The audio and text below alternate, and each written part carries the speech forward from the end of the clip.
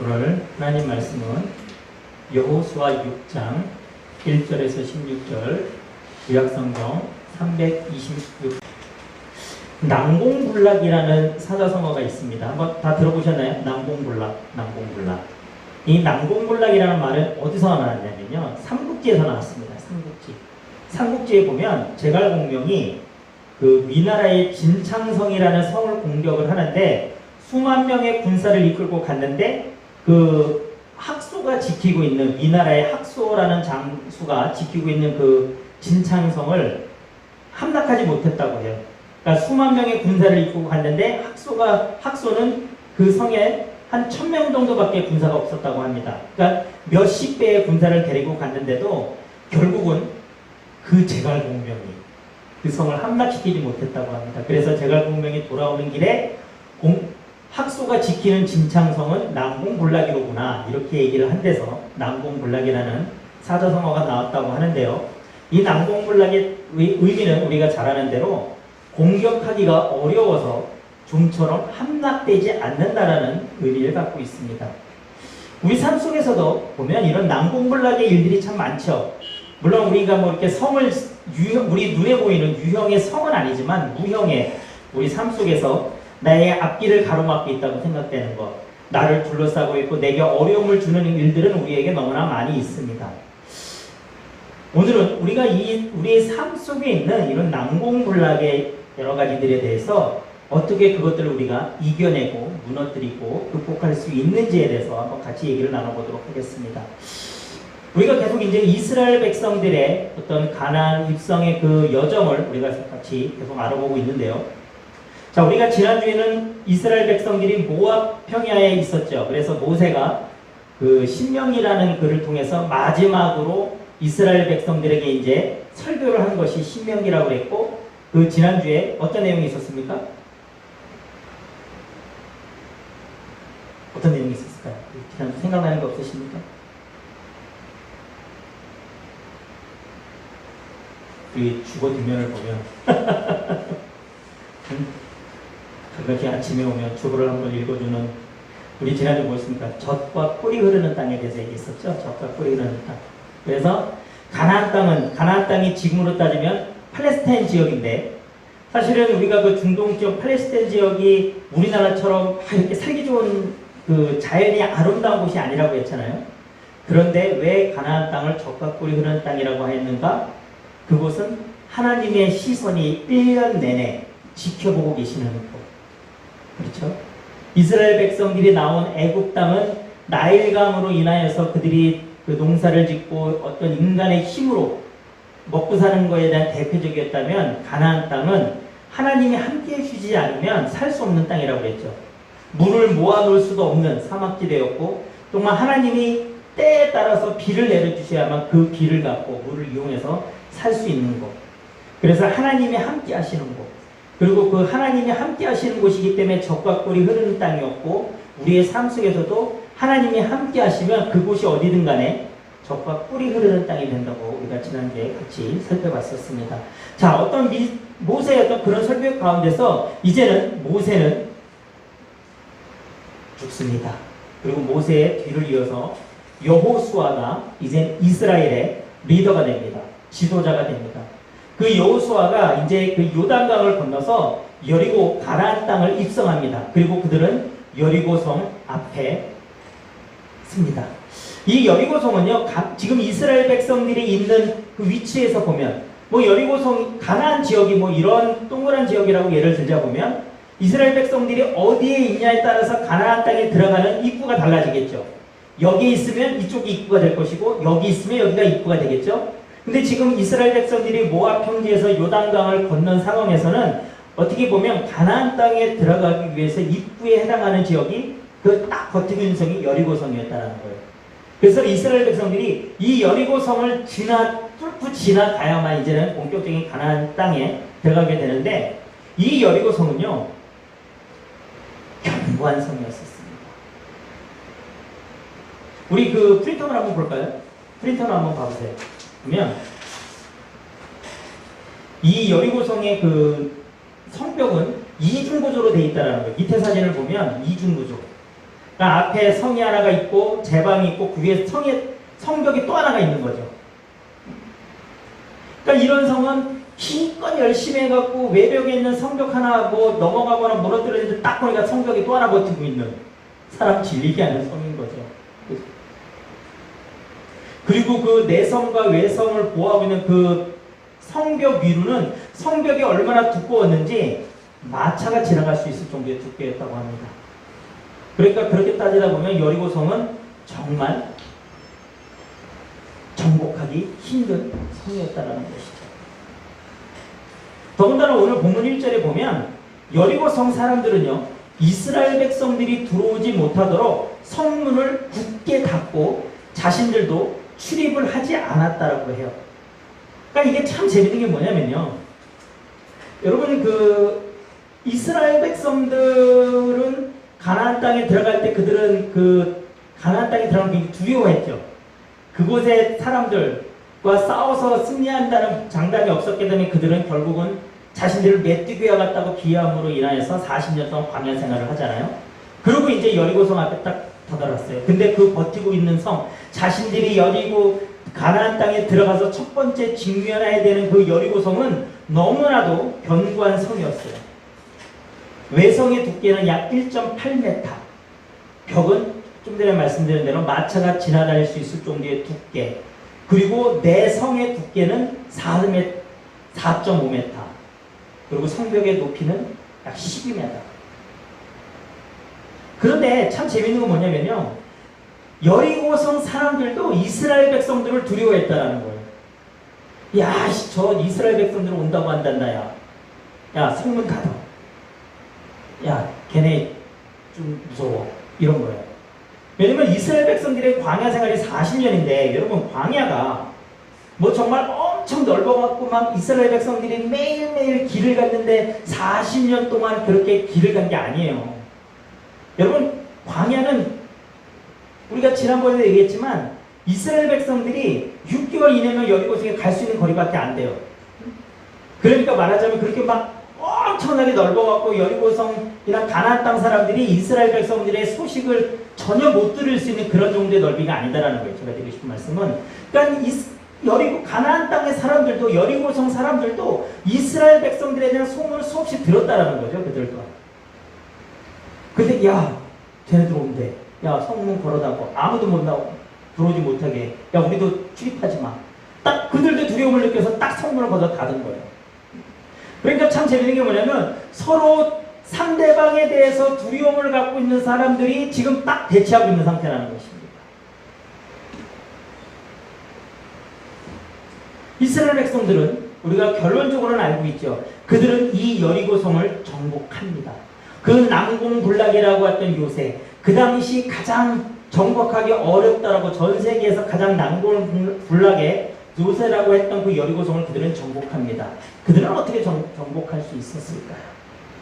첫 번째는요, 여리고성의 점령은 하나님의 뜻이었기 때문입니다. 여러분, 이스라엘 백성들이 여리고성을 점령하고자 했던 것은 그들이 야, 저 난공불락의 요새 우리가 딱 차지해갖고 우리 거기서 살자라는 게 아니었어요. 그곳을 점령하는 것은 하나님의 뜻이었습니다. 2절에 보면 여호와께서 여호수아에게 이르시되 보라, 내가 여리고와 그 왕과 용사들을 내 손에 붙였으며, 하나님의 뜻이었어요. 그런 하나님의 뜻은 그들의 지도자였던 여호수아를 통해서 이스라엘 백성들에게 전달된 것입니다.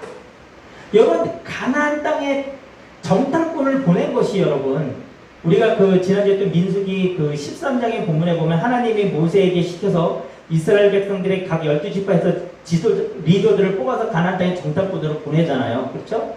그런데 신명기에 보면 그 부분을 모세는 어떻게 기재를 하냐면요, 원래 하나님은 그 가데스 바네아에서 이스라엘 백성들에게 바로 그냥 가나안 땅으로 들어가라고 그랬어요. 내가 그들을 다 정리해 주겠다고 하신 겁니다. 함께 하신 거고. 그런데 이스라엘 백성들이 두려워서 들어가지 않은 거예요. 그들이 먼저 우리 그냥 정탐꾼을 먼저 보내서 정탐 좀 하면 안 되겠습니까? 라고 얘기를 해서 하나님이 그것을 승낙하신 겁니다. 허락하신 거예요. 그러니까 하나님이 먼저 야, 니네 좀 정탐 좀 하고 하가 아니라 이스라엘 백성들이 그것을 먼저 원했던 것입니다. 그래서 하나님이 허락을 하신 거예요. 원래 하나님의 뜻은 그때도 그냥 바로 들어가라는 것입니다. 내가 너희와 함께한다. 너희는 들어가라는 것이었어요. 이스라엘 백성들이 주저했던 것이죠. 지금도 하나님은 여호수아에게 자신의 뜻을 말씀하십니다. 내가 여리고와 그 여리고 선과 그 왕과 그 용사들을 너희들 손에 붙였다. 여러분, 여호수아는 어떻게 그렇다면 하나님의 뜻을 그는 알 수 있었을까요? 출애굽기 33장 9절에서 11절에 보면 이렇게 나옵니다.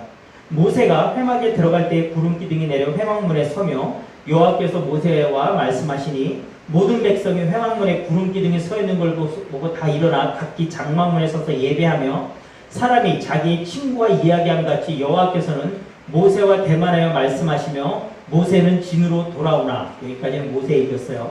그런데 그 뒤에 이렇게 나옵니다. 눈의 아들 젊은 수종자 여호수아는 회막을 떠나지 아니하니라. 자, 우리가 잘 아는 대로 모세는 하나님과 대면하여 마치 친구처럼 대화하던 사람이었습니다. 그리고 그 여호수아는요, 그 모세, 지금의 국대의 개척자는 부관과 같은 사람이었어요. 부관과. 자, 모세는 회막에서 하나님과 교제했습니다. 그때 여호수아는 회막 문 앞에서 기다리고 있었어요. 그리고 그 교제가 끝난 다음에 모세 또한 자신의 자신의 말하자면 집으로 돌아갔다는 것입니다. 그런데 여호수아는 그 회막을 떠나지 않았다라는 거예요. 그는 늘 하나님 곁에 있었다라는 것입니다. 그는 늘 하나님 곁을 떠나지 않았다라는 거예요. 그러니까 그런 여호수아가 하나님의 음성을 듣는 것, 하나님의 뜻을 아는 것은 당연한 것이었겠죠. 그런 여호수아를 통해서 하나님은 말씀하셨고 그 하나님의 뜻은 여리고성을 점령하는 것이었습니다. 하나님의 뜻이 거기에 있었기 때문에 여리고성은 점령당한 것입니다. 두 번째는요, 하나님의 말씀에 전적으로 순종했기 때문입니다. 자, 이제는 20세 이상 하나님 뜻에 불순종해서 가나안 땅에 들어가지 못했던 20세 이상의 사람들은 여호수아와 갈렙을 빼고 다 죽었어. 지금 이제 여리고성 앞에 있는 사람들은 그때 어렵거나 아니면 광야에 새로 태어난 사람들입니다. 자, 그들에게 새로운 리더자인 여호수아가 하나님의 뜻을 얘기했습니다. 이스라엘 백성들은 여리고성을 점령할 만한 무기도 없었고요, 전술도 없었고 지혜도 없었습니다.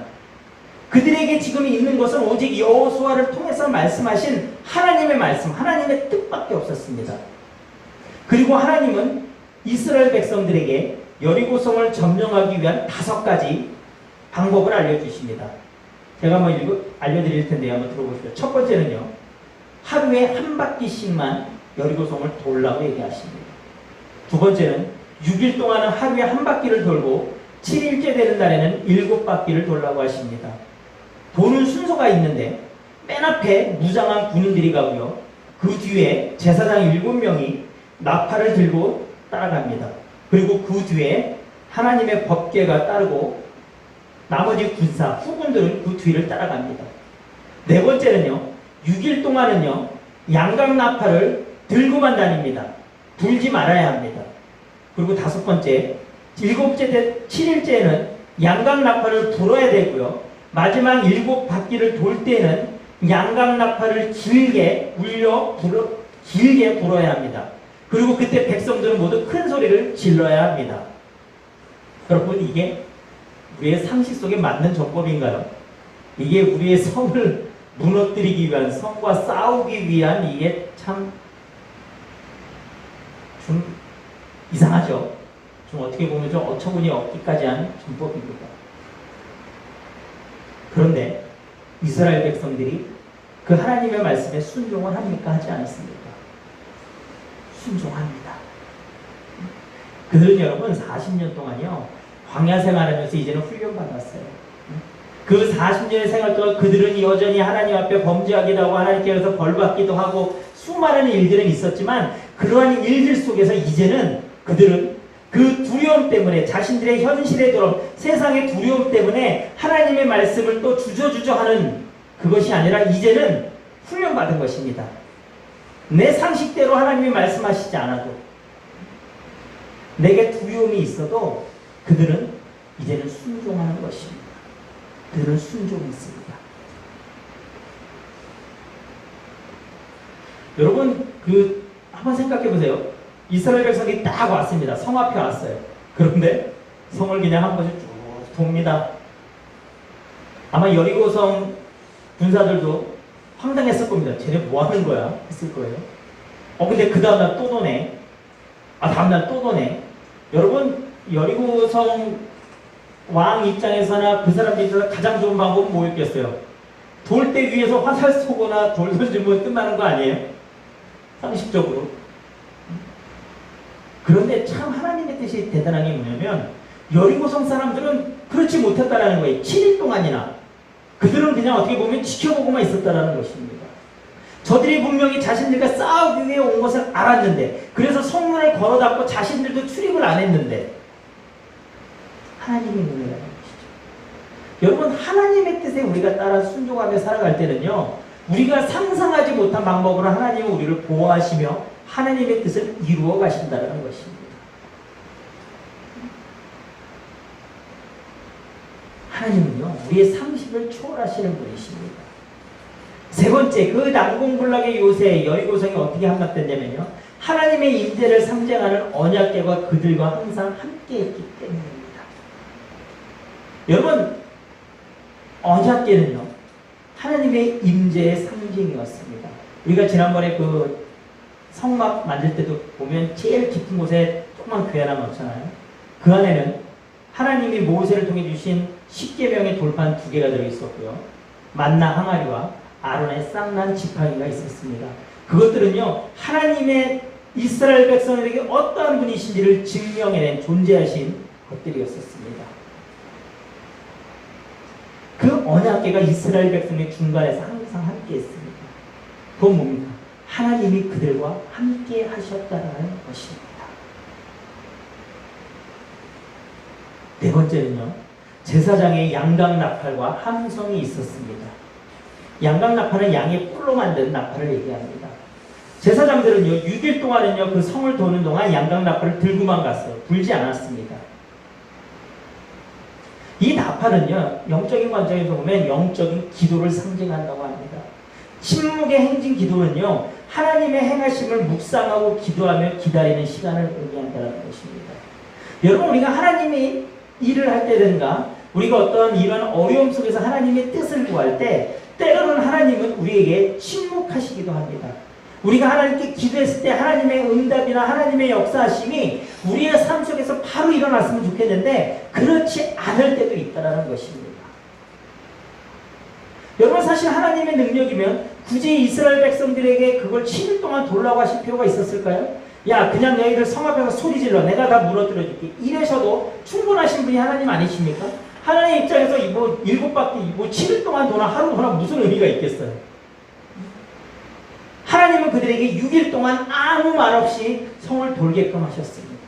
나팔조차도 불지 하지 않았어요. 그 침묵의 시간 동안.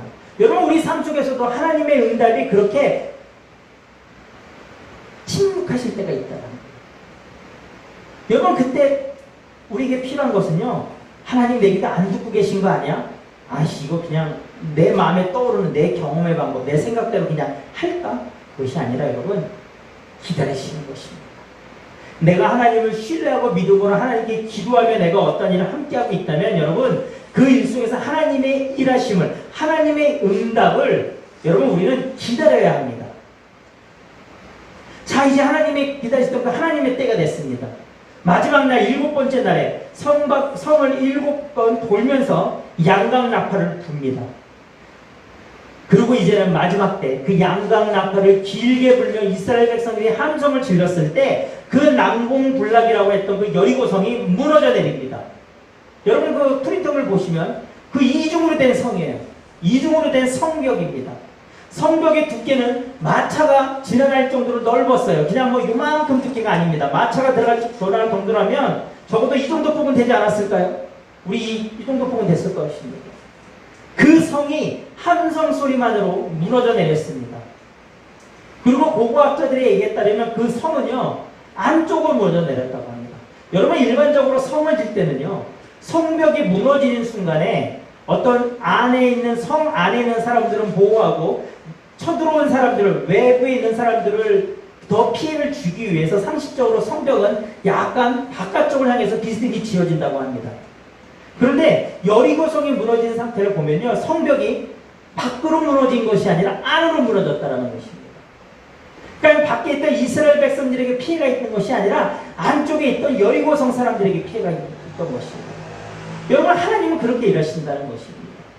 하나님이 일하시는 방법은요, 하나님의 자녀를 보호하십니다. 어떤 외부의 그 위협하는 두려움 속에서 하나님은 보호하시고 함께 하십니다.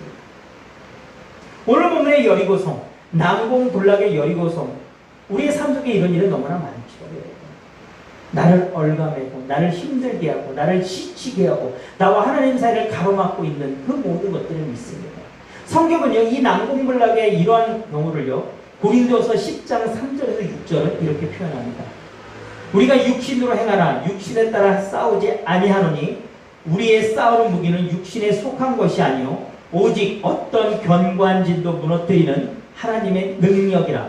모든 이론을 무너뜨리며 하나님 아는 것을 대적하여 높아진 것을 다 무너뜨리고 모든 생각을 사로잡아 그리스도에게 복종하게 하니.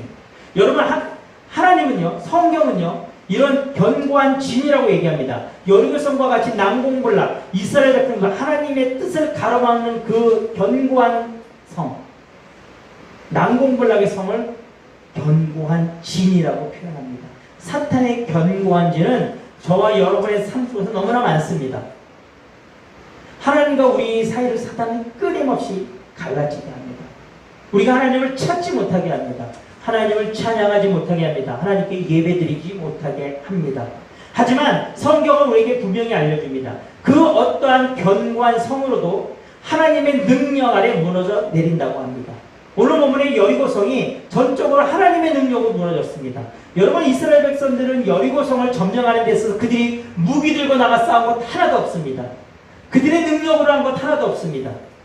그들이 여리고성에 화살 쏘아서 여리고성이 무너진 것 없습니다. 전적으로 하나님의 능력이었고 하나님의 말씀에 순종했을 때 하나님은 그런 놀라운 역사를 이루셨습니다.